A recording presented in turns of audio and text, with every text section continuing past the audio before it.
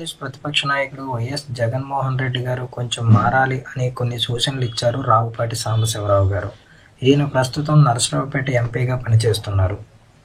జగన్ తీరు ఎలా ఉందంటే అధికార పార్టీ ఏ పని చేసినా విమర్శించేటట్లే ఉంది. కానీ జగన్ అలా చేయకూడదని ఆయన సూచించారు. అధికార పార్టీ చేసే మంచి పనులను పొగుడుతూ చెడ్డ పనులపై విరుచుకుపడాలని ఆయన జగన్ గారికి సలహా ఇచ్చారు. ఆయన గుంటూరులో మాట్లాడుతూ, సోదరా జగన్, నువ్వు మారాల్సిన సమయం వచ్చింది.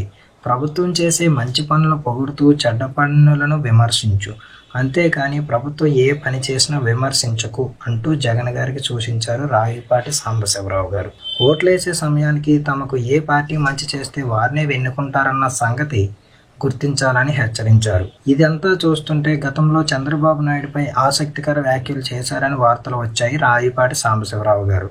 ఇక రానున్న ఎలక్షన్లో ఆయన ఎందులోనూ పోటీ చేయరని అన్న సంగతి మన